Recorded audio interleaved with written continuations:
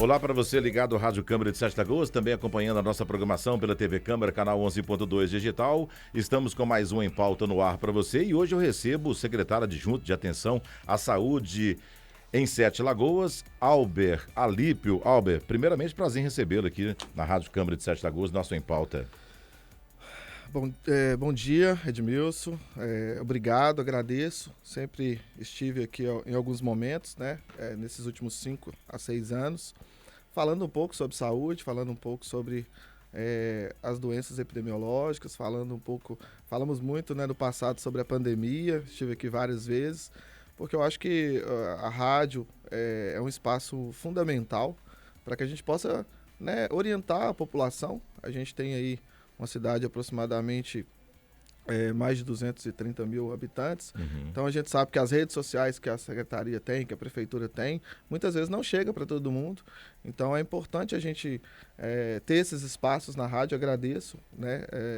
Marcelo Sander marcou aí com você. Agradeço nos receber aí. A gente sempre foi recebido aqui com muito carinho, para que a gente possa divulgar informações e o nosso usuário, que é o mais importante, porque eu falo sempre, né? A saúde, a gente está lá pelo usuário. Então, quanto mais informação fidedigna e quanto mais informação a gente levar para a população, para que a população tenha um atendimento, né, humanizado, seja melhor. Nunca é demais a gente usar os veículos, né, principalmente do poder público, para que a gente possa propagar essas informações. E essa área é uma área muito complexa, que é a área de saúde, né? A gente vem aí depois de uma pandemia, né, essa Covid-19, que foi assim uma coisa muito complexa.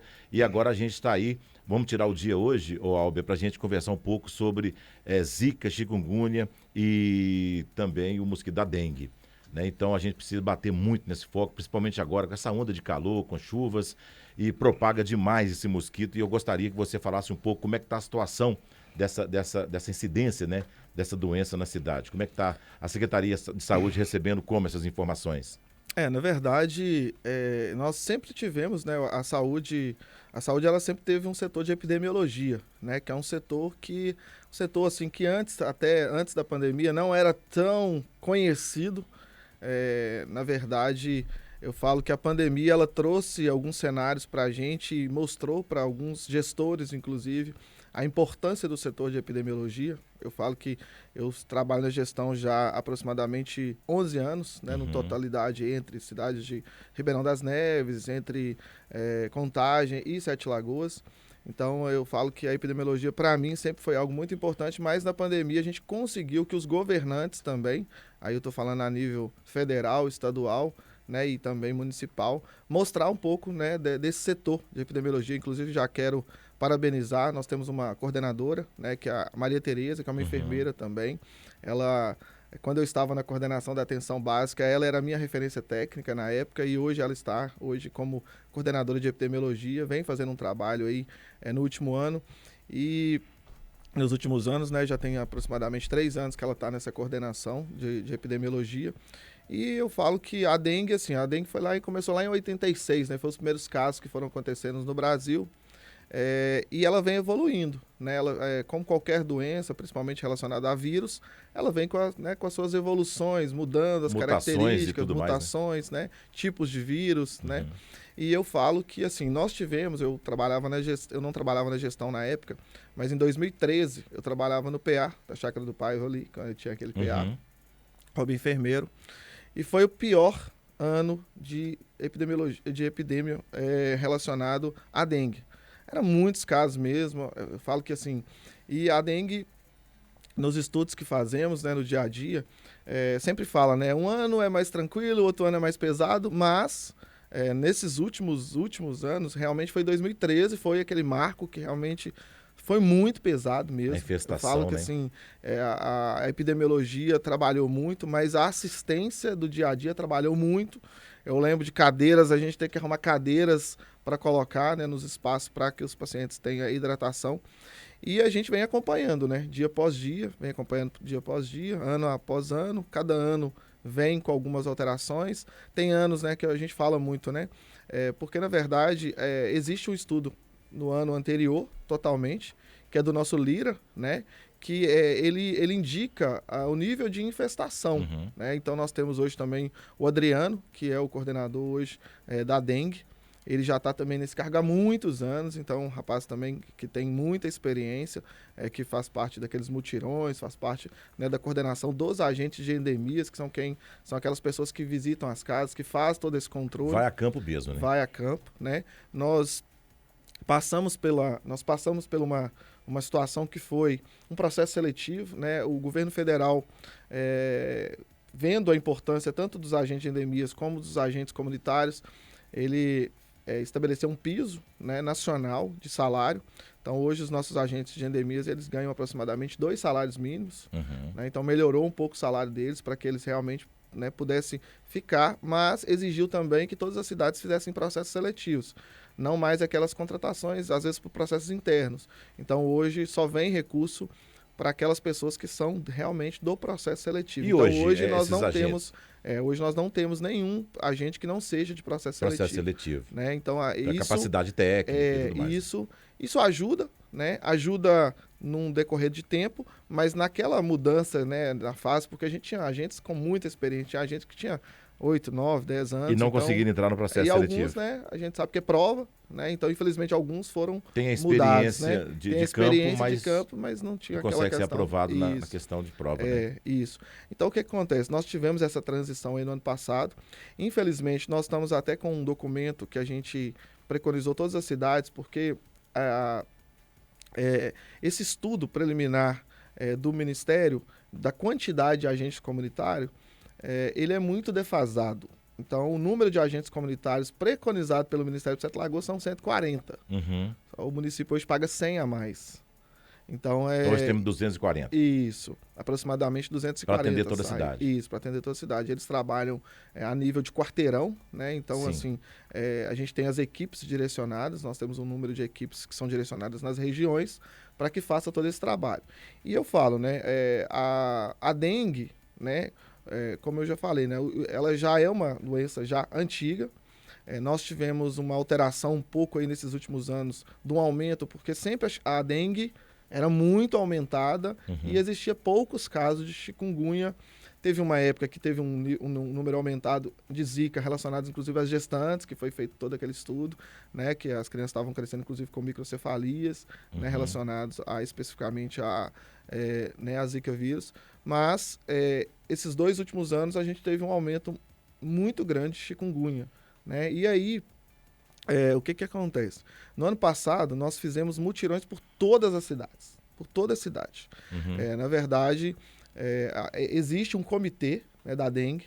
Esse comitê é composto pela epidemiologia do município, pela Secretaria de Saúde, pela Codesel, pelo SAI, pelo setor de obras e juntamente também com pelo meio ambiente e juntamente com o promotor. Foi aquela campanha que as pessoas tirassem o lixo para fora e a prefeitura fazia o trabalho de recolhimento, né? Então, assim... Limpar as casas. Isso foi feito, né, no decorrer do ano, em muitos lugares. Às vezes a gente recebia muito pedido até, às vezes o vereador, claro. O bairro aqui tal. Só que realmente tinha um estudo epidemiológico, então acaba que aqueles bairros que tinham um risco maior, né, que o Lira estava mais aumentado, a gente fez toda essa varredura. Mas, infelizmente, o que acontece hoje? A produção de lixo, né, é muito grande. Isso em o qualquer ser humano lugar. produz muito lixo. Muito lixo, né? E hoje a gente sabe que o mosquito ele prolifera em água parada. Em qualquer tipo de água parada. Pura e simplesmente água parada. Água parada. Então, por exemplo, se uma água parada em cima de um telhado que ela não saiu toda, ali pode ser... Uma tampinha de refrigerante. Uma tampa de refrigerante. E a gente fala, né? O pessoal, eu falo, que eu até vou falar um pouco sobre o fumacê. O fumacê, ele nada mais, nada menos, eu falo, que ele é uma resposta para a sociedade. Porque ele não é tão resolutivo, especificamente. Por quê? Ele dá uma maquiada no problema. Na verdade, é porque quando as pessoas veem o fumacê passando, as pessoas se sentem um pouco mais seguras. O fumacê passou, tá tranquilo. E não é verdade. E eu continuo não cuidando do quintal. E não é verdade. Então, assim, eu já recebi várias mensagens, solicitação de informação sobre o fumacê. As pessoas às vezes falam assim, o fumacê. Ano passado, inclusive, nós tivemos um problema grave com o fumacê, que foi... Porque, na verdade, o fumacê ele não é municipal. O fumacê é estadual. Então, tem que apresentar indicadores para que esse fumacê venha. Mas no ano passado, o governo estadual não tinha a inseticida, estava faltando. Tinha um carro, mas tinha não tinha carro, o mas não tinha. produto. E é caro. É caro. Tanto que o município de Sete Lagoas, ele comprou. E eu falo que, assim, às vezes as pessoas que estão nos assistindo, nos ouvindo, às vezes alguns vereadores nos ligam. O ano passado, inclusive, como a gente comprou inseticida e batemos o inseticida naqueles locais que tinha maior, nós fomos notificados pelo Ministério. Notificado em que sentido? No sentido, assim, no Ministério da Saúde, Com dizendo que assim... ordem vocês fizeram? Isso. Meu Deus. E então, aí? né? Mas a gente mostrou indicadores, mostramos números, mostramos que o Estado não tinha. Eu não posso ficar Então, aguardando o Estado licitar uma isso. matéria-prima para aplicar, né? Então a gente fez. Hoje a gente tem, inclusive, o fumacê manual, que é os agentes comunitários, tem uma bomba. Então, por exemplo, naquele local que tem um risco maior, que tem uma incidência maior, que tem um número de casos confirmados, então ali faz todo o isolamento daquela região ali e esses profissionais fazem. A gente faz também umas adaptações, nós temos as nossas caminhonetes da dengue. Então, quando a gente vê que um local, por exemplo, tanto que no ano passado a gente bateu em todas as praças públicas, nas áreas públicas, né, para a gente dar uma resposta também para a sociedade. Mas uma das coisas que eu falo sempre do fumacê é que o fumacê ele é muito momentâneo, porque ele só mata o mosquito sobrevoando. Sim. Ele só mata o mosquito, né, Os adulto. ovos colocados ali. E qual que é o dificultador da dengue, que eu falo sempre? O dificultador da dengue é a questão da proliferação. Uma fêmea, ela vai lá e coloca aproximadamente 300 a 500 ovos. Uma fêmea. No universo de milhares e milhares de mosquitos, né? Então, a proliferação da dengue, o período, ele é curto. Você vê que, assim, o período de dengue é ali entre, né, novembro, dezembro, começa a ter umas chuvas. Geralmente, quando não tem muita chuva no dezembro, né, a chuva é mais em janeiro, então os casos aumentam mais no mês de fevereiro, que é aquele momento, mas depois começa a esfriar também, aí já começa, né? Tem um pico depois. Tem um pico, né? Então existe muito mito, existe aquela questão, vou tomar complexo B, comprar vela vela de citronela. Na verdade, essas questões, né, são paliativas, elas não resolvem o problema. É uma sensação, às vezes, para a pessoa, né, de um pouco mais de tranquilidade. Pode inibir um pouco o mosquito, até pela fumaça que sai, né? Sim, mas não é aquela coisa assim que resolve eficaz, o problema, né? Então eu falo que, assim, infelizmente, a dengue ainda, o ideal é igual nós até vamos falar, existe hoje um estudo de uma vacina, né? Por exemplo, a pandemia. A pandemia veio e trouxe aquela, né, dilaceração de famílias, né? Não escolheu raça, não escolheu cor, não escolheu nada. Homem, mulher, poder aquisitivo, gênero, nada. Na verdade, o que acontece? A Covid, a gente sabe que ela afetou mais os idosos. Por quê? Porque o idoso é mais debilitado. Sim. Ela afetou os pacientes que tinham comorbidades, claro, porque também tinha algumas coisas relacionadas. E a dengue é um pouco parecido. Por quê? Porque a dengue, o que ela faz? Né? Ela desidrata o paciente. Então, quem que desidrata mais? Criança e idoso. E aquele paciente, às vezes, que está debilitado por algum outro relacionado. Então, eu falo, né? Não é muito diferente a questão de alguns cuidados. Né? Então, eu falo que, assim... Não, a dengue mata também. Mata. Nós temos, né? Nós temos casos de óbitos, né? Nós tivemos anos que tivemos um número aumentado. Esse ano, a gente só teve... O ano passado, né? A gente só teve 4 óbitos, mas não foi por dengue, foi por chikungunya.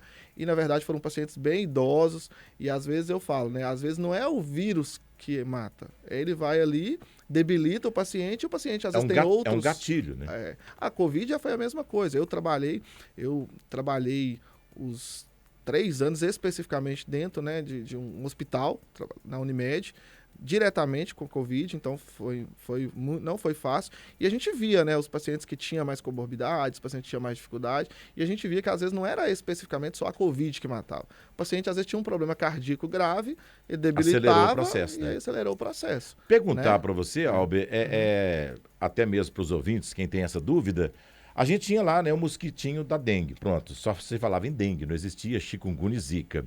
Qual que é essa diferença aí? Como foi a chegada desses novos... Na verdade, o que acontece? Hoje, nós temos, como eu falei, né, além da gente ter esse comitê de dengue, né, que fala sobre a questão da limpeza, fala sobre a questão da prevenção, nós temos hoje também um plano de contingência da dengue, que todo ano ele é reformulado, de acordo com o número de casos, de acordo com as mudanças da virulência do vírus, de acordo com se tem mais chikungunya ou se tem mais dengue, se tem mais zika. Então, nós temos esse plano de contingência, que é um plano, inclusive, que tem recurso, né, que a gente aprova nas leis anteriores do ano, para que a gente possa utilizar em caso, né, de um aumento de casos. Ferramentas, São né? as ferramentas, porque assim, a gente não pode deixar acontecer, igual eu falo que em 2013 ainda não era tão, né, evidente, e depois de 2013 a gente viu que melhorou muito a assistência, por quê? Porque com esse plano de contingência. Então, por exemplo, o município foi se, né, qualificando relacionado a isso, não só o município, mas porque era um problema de saúde pública do Brasil. E aí esse plano de contingência todo ano, no ano ali aproximadamente setembro, outubro, a gente já começa a reavaliar, verificar como que foi o ano anterior, para que a gente possa fazer algumas adequações. E a gente reúne ali o coordenador de epidemiologia, o coordenador de atenção primária, o coordenador de urgência e emergência, né, os secretários, subsecretários, para que a gente possa, né, ter ali um plano de trabalho adequado. Igual eu falei para você, a epidemiologia, ela tem, a gente fala que é semana epidemiológica. Uhum. Então, toda semana, ela vem soltando informações. A gente tem um grupo, inclusive, né, na Secretaria de Saúde, é um grupo de coordenadores, juntamente com o secretário e com os secretários adjuntos, que é eu e o Múcio. E ali a gente vai acompanhando ali os casos, acontece, aí a Maria Tereza, ela manda para a gente uma documentação, inclusive semanal, para que a gente analise, e ela vai soltando os gatilhos, fala, olha, tá aumentando mais casos aqui, mais casos, porque Vai o pontuando, que acontece, né? E eu falo muito, né? O que acontece ainda no Brasil é uma subnotificação enorme. Por quê? Primeiro que às vezes, por exemplo, vou dar um exemplo para você, eu recebi uma mensagem até de uma vereadora, falando que um bairro tal não estava tendo muita notificação porque o pessoal não procura. Então, você vê que as pessoas não procuram a unidade de saúde, às vezes vai no serviço particular. Às vezes o profissional não é contabilizado. Não é contabilizado. A gente, inclusive, tem orientação, a mesma orientação, das empresas particulares. PA e tal. Só que não é todo mundo que tem ali e faz igual o SUS faz, né? O SUS não. Chega numa unidade básica. Se o caso...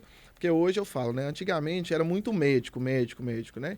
Hoje o profissional enfermeiro, ele tem um papel fundamental, inclusive nessas notificações, porque, na verdade, hoje o diagnóstico de dengue, ele é muito específico.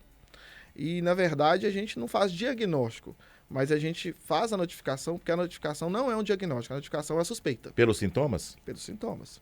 Né? Então, por exemplo, vou dar um exemplo para você, igual você me perguntou, né, como que foi, como que é fácil essa diferenciação, né? O que acontece? Nós temos hoje os casos de dengue. O paciente, eu falo, né, que assim, infelizmente, a dengue ela confunde com algumas outras doenças, né? Mas o profissional que está ali, aí eu falo assim, um profissional enfermeiro ou um profissional médico, e eu falo assim que a gente tem um pouco de dificuldade na atenção primária, que é uma rotatividade de médicos, porque os médicos hoje eles passam, chegam, começam a trabalhar, daqui 2, 3 meses eles passam na residência e vai embora, aí vem outro. Então, às vezes isso dificulta um pouco, mas nós temos uma sequência de capacitação permanente relacionada, inclusive à dengue. Toda vez que começa a aumentar os casos, a gente chama todos os profissionais para um diálogo. Aqueles que estão chegando agora, a gente senta. A gente tem uma médica hoje que trabalha na coordenação da atenção básica, ela visita as unidades, conversa com os médicos da atenção primária para que possa, porque eu falo, 80% dos problemas são resolvidos dentro da atenção primária. Muitas vezes o que acontece é que às vezes a pessoa não procura a atenção primária e aí quando ela chega no estágio, aí ela já precisa ir para a UPA, para um procedimento maior. Mas é igual eu falei, hoje, vou dar um exemplo para você. A dengue, ela tem algumas diferenças, tipo A, tipo B, ela tem alguns estágios também relacionados, e eu falo sempre que a dengue, a gente hoje tem uma facilidade muito tranquila, porque o paciente, geralmente, ele começa a apresentar o quê? Manchas vermelhas, né, que são aquelas manchas um pouco diferente, né, de uma questão de uma dermatologia, né, uma mancha mesmo que vai aparecendo no corpo, né, aparece mais na face, nos membros superiores e inferiores, também na região de abdômen e de tórax. É uma mancha que ela pode coçar um pouco, ela pode ter aquela ardência, né, um pouco. Então, assim, falando assim, a grosso modo, para que as pessoas entendam. Febre. Então, por exemplo, o paciente fica com febre, 38, 39 graus de febre. Então, isso desidrata o paciente. Então, o paciente, eu falo, né, o paciente que começa com sintomas de dengue, ali do primeiro ao segundo dia, ele começa com esses sintomas, que é a dor de cabeça, A dengue, ela tem um É quase com a sintoma marca muito... registrada, né? Ela tem um sintoma muito específico, que é essa dor atrás dos olhos. Então, a pessoa fica com aquela dor atrás dos olhos, né? A pessoa fica com febre, a pessoa fica com dor de cabeça. Pode apresentar náuseas também, né? Porque o paciente vai ficando fraco, então pode ser que ele apresente náuseas. Mas a febre é geralmente um dos maiores sintomas ali relacionado à dengue.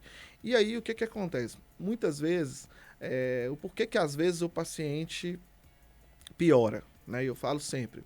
A dengue, ela é muito fácil de se tratar, desde que ela seja detectada no início. No início, claro. Desde que o paciente tome todas as atitudes necessárias.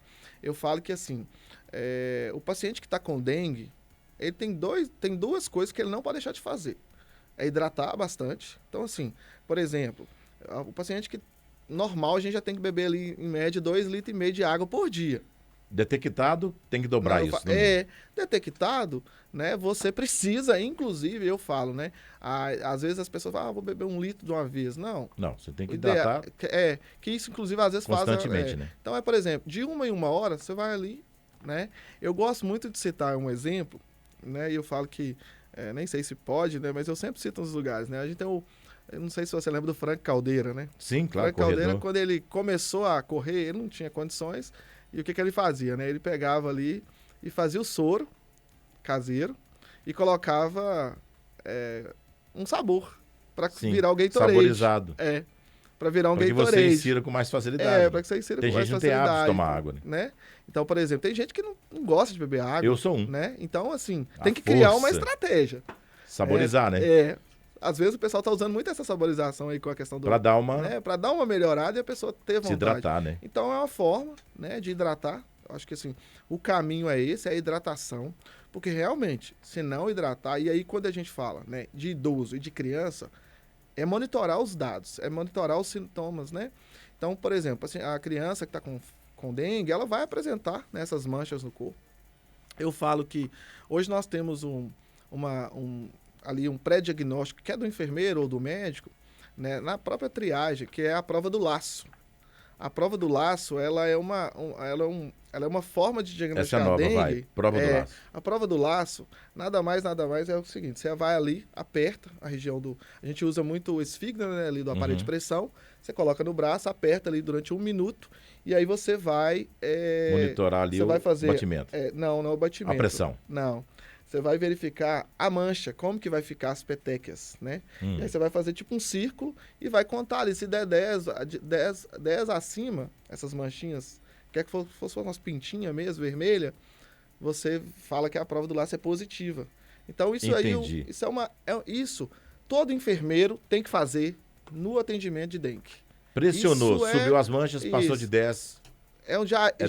É dengue. Né, o dengue ou até mesmo a chikungunya relacionada. Aí você vai fazer os outros exames. Mas isso, eu falo que assim, lá em 2013, quando a gente estava lá na assistência... Só estamos falando de mais 10 anos, né? Nós estamos falando de 10 anos. Quando chega uma epidemia, você já não faz muito exame, você já trata. Porque às vezes você não dá conta de fazer o exame de todo mundo. O tratamento para dengue, zika e chikungunya, né, é o mesmo? Não, altera um pouco. Né? Igual eu falei, você tem 2 situações. O segredo da dengue e da chikungunya é hidratação. Sim. Hidratação oral. Eu falo muito. As pessoas têm aquela sensação que o soro é melhor. Não é. Vamos hidratar. Hidratar. Eu falo muito, né? Eu gosto de dar exemplo quando eu trabalhava na unidade básica e quando eu assistia pacientes com dengue, eu falo, não, faz o seguinte, vai lá, coloca uma água para gelar, igual eu falei, faz o soro, põe o soro geladinho, que você tem hoje, inclusive, lá aquelas fórmulas de fazer, né? Você coloca um pouco mais de açúcar, sim, um pouco claro. mais de sal. Lógico, paciente diabético, essas coisas a gente tem que verificar. O paciente claro. que é hipertenso, você tem que, né, pensar ali a quantidade que se faz. Mas hoje, inclusive, todos os postos de saúde, nós temos o pacotinho, que é pronto, do soro que está lá. Fazem 1 litro d'água, fazem 2 litros d'água. Então, por exemplo, aquela pessoa que está com suspeita de dengue inicial, vai no posto de saúde, conversa com o enfermeiro, pede esse soro de hidratação. Faz em casa, hidrata. Faz em casa, é a melhor maneira de livrar, né? Esse é o melhor.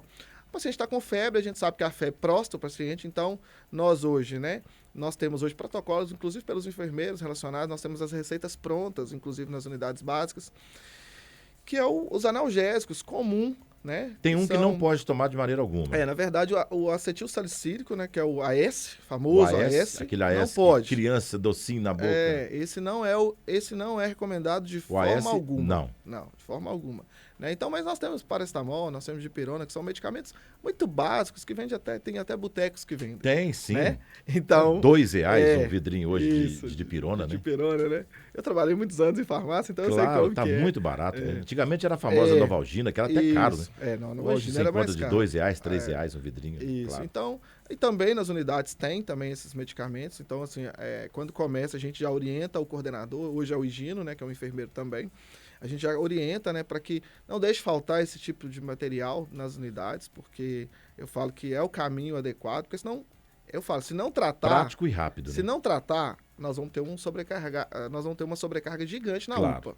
E eu falo, infelizmente, eu falo assim, às vezes as pessoas não falam, eu falo muita verdade, sabe? Eu gosto muito de falar a verdade. Uhum. O Ministério criou as UPAs para elas ficarem cheias.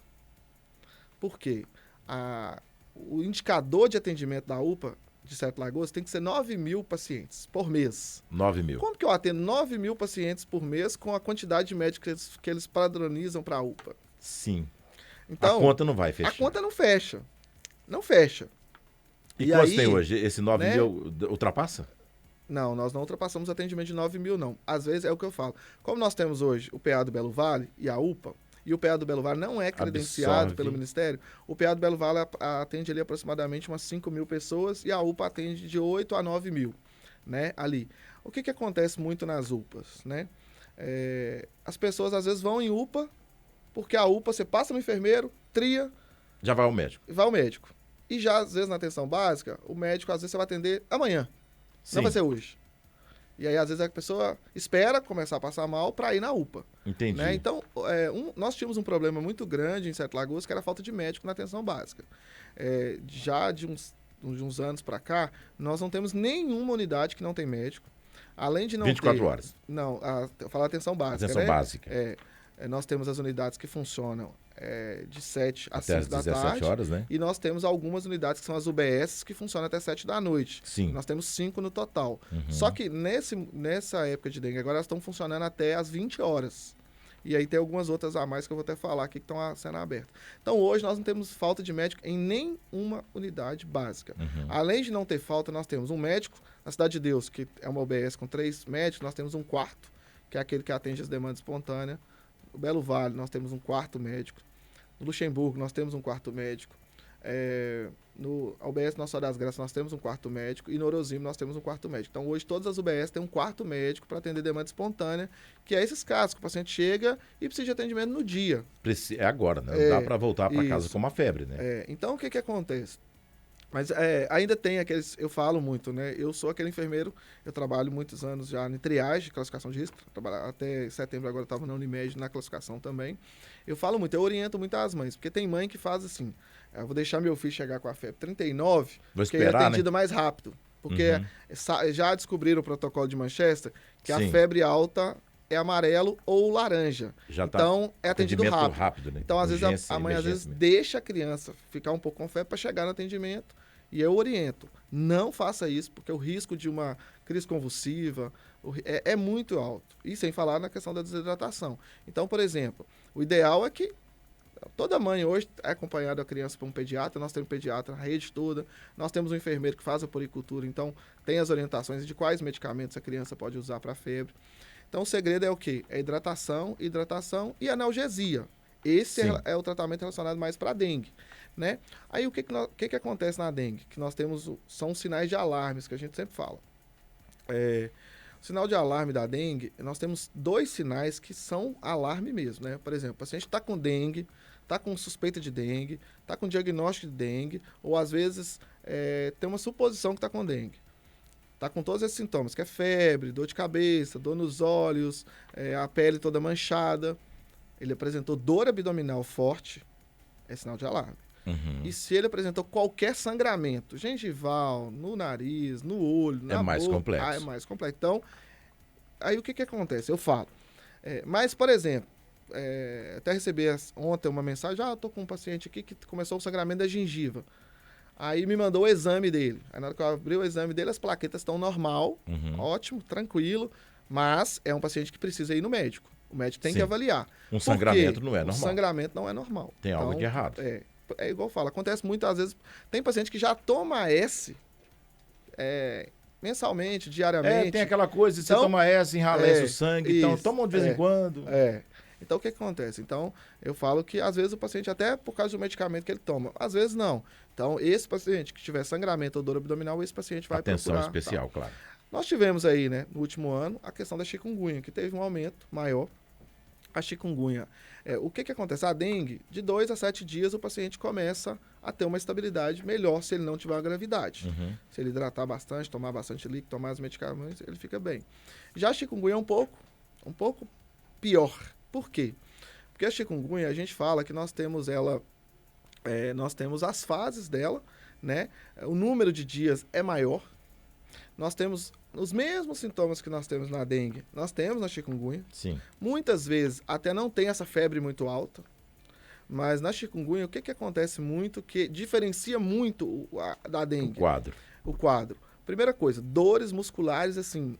A chikungunya causa isso. Muita dor mesmo. Então, por isso que os medicamentos para dengue, muitas vezes, só eles não vão resolver. Então, a chikungunya, eu falo, nós temos os protocolos básicos da atenção primária com o enfermeiro para dengue. Para chikungunya, não temos o protocolo. Por quê? A chikungunya precisa já de opioides, que são aqueles medicamentos mais fortes.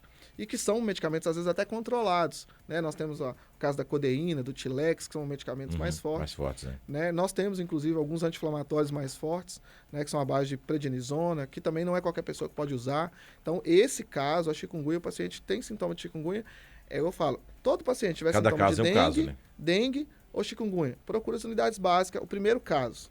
Porque lá vai ter um enfermeiro que vai classificar, que vai avaliar, que vai notificar, que já vai ter, são inclusive, tratamentos distintos, né? Isso.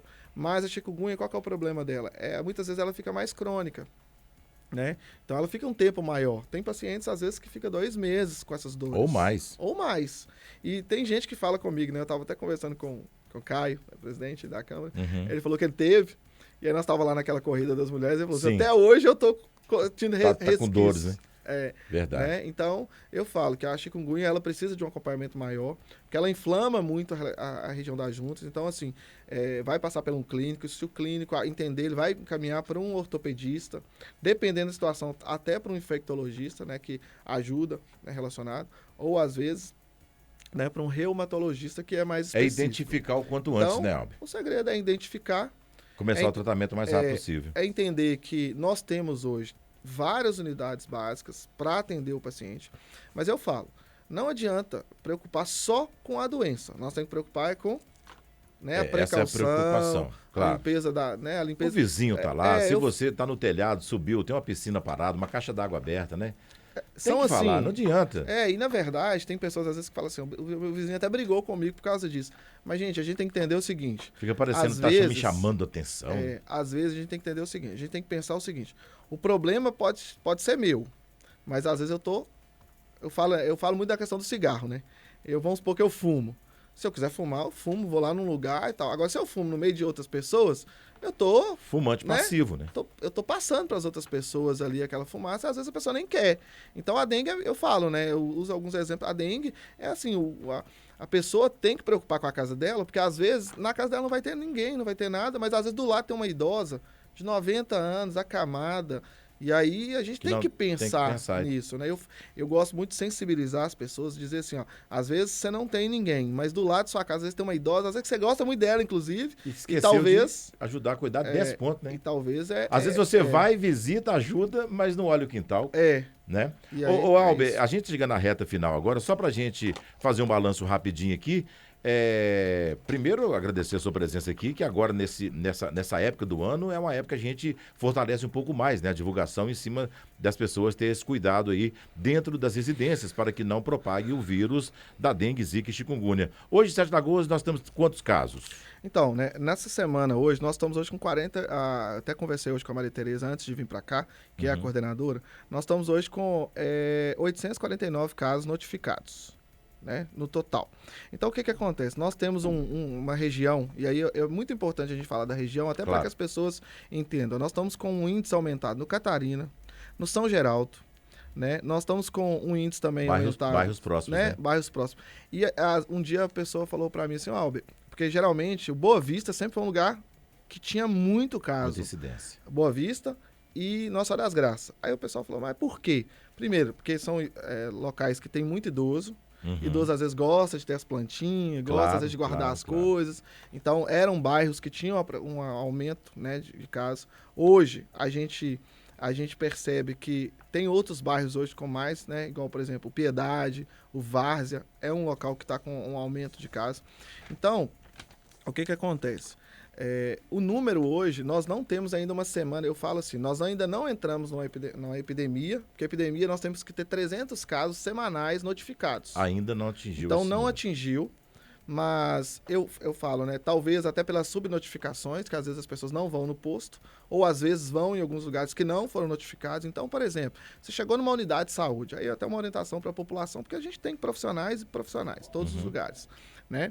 Então chegou numa unidade de saúde, tá com todos os sintomas de dengue, não notificou, pede para te notificar, porque isso é importante, inclusive, para a secretaria. Você tem que virar estatística, né? A gente tem que virar estatística. Mas, todo jeito, né, como a Maria Tereza está um pouco preocupada, porque realmente o número de casos está aumentando muito, e provavelmente nessa semana agora a gente vai alcançar essas 300 notificações semanal, já foi entrado em contato com o Estado, tem o material esse ano, então já está em diálogo caso precise que o Fumacê venha. Mas é o que eu falo, o Fumacê muitas vezes ele não é a resolução do problema. Se passou o Fumacê, eu não preciso cuidar do lote. Não, porque o Fumacê geralmente, a gente fala muito com inseticida, mata o mosquito ali, mas ele tem às vezes um tempo muito hábito. A Maria Teresa estava estudando sobre o tempo, de 5 a 7 dias ele fica ali no ar, matando os mosquitos. Só que o que acontece?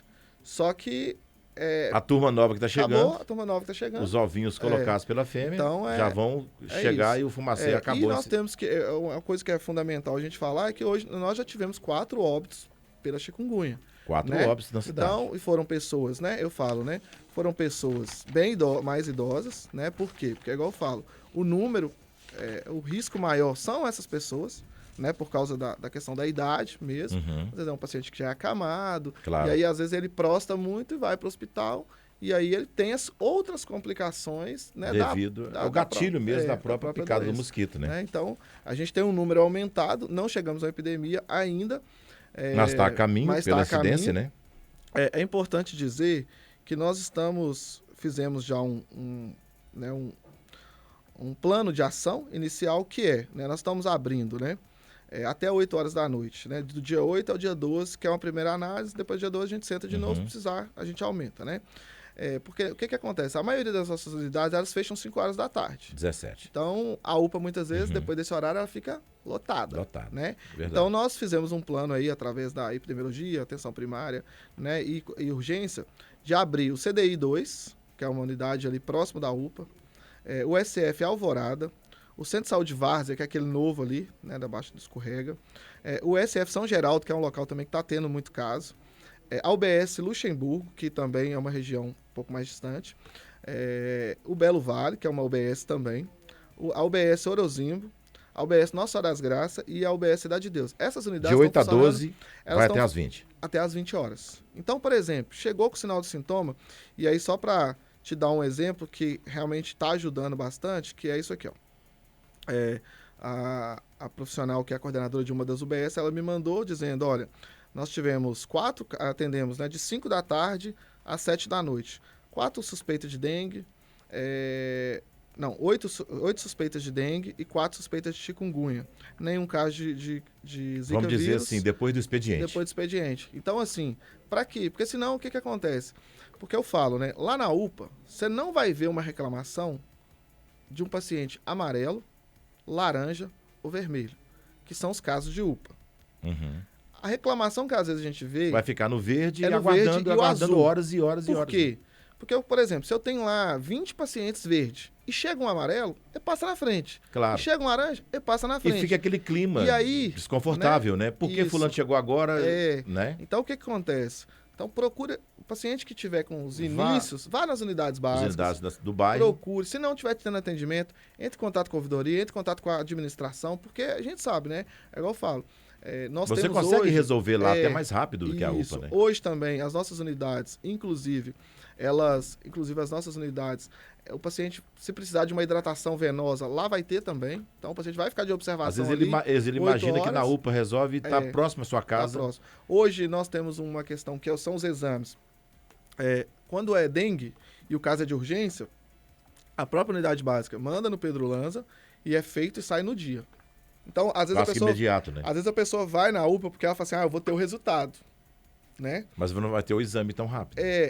Não, até assim, ela até vai ter, porque a UPA, o exame é mais rápido, né? No dia. Mas o atendimento... Só que o atendimento, a demora, essa maior dificuldade, entendeu? E às vezes ela acaba ficando ali, aí acaba passando mal nas cadeiras. Então, procura as unidades vagas. Desafoga a UPA, né? E nós estamos fazendo um direcionamento que na UPA, o paciente que está lá na UPA, que dá para ser atendido na atenção básica, nós estamos direcionando para as unidades que tem médico. Sabe quantos pacientes em média que a gente direciona? 80 pacientes diário. Então, às vezes, o paciente vai lá e perde até um tempo. Então, é muito melhor ele ir na unidade básica, que nós temos médico em todas as unidades. Que ótimo. Ô Alber, eu agradeço aqui, quero marcar com você novamente, porque é uma época muito complexa do ano, né? Sim. E os números vão aumentando e os atendimentos também. Eu quero que depois você traz para a gente novamente aqui mais alguns dados. Sim. Mas agradecer que você à frente aí como Atenção Saúde, né?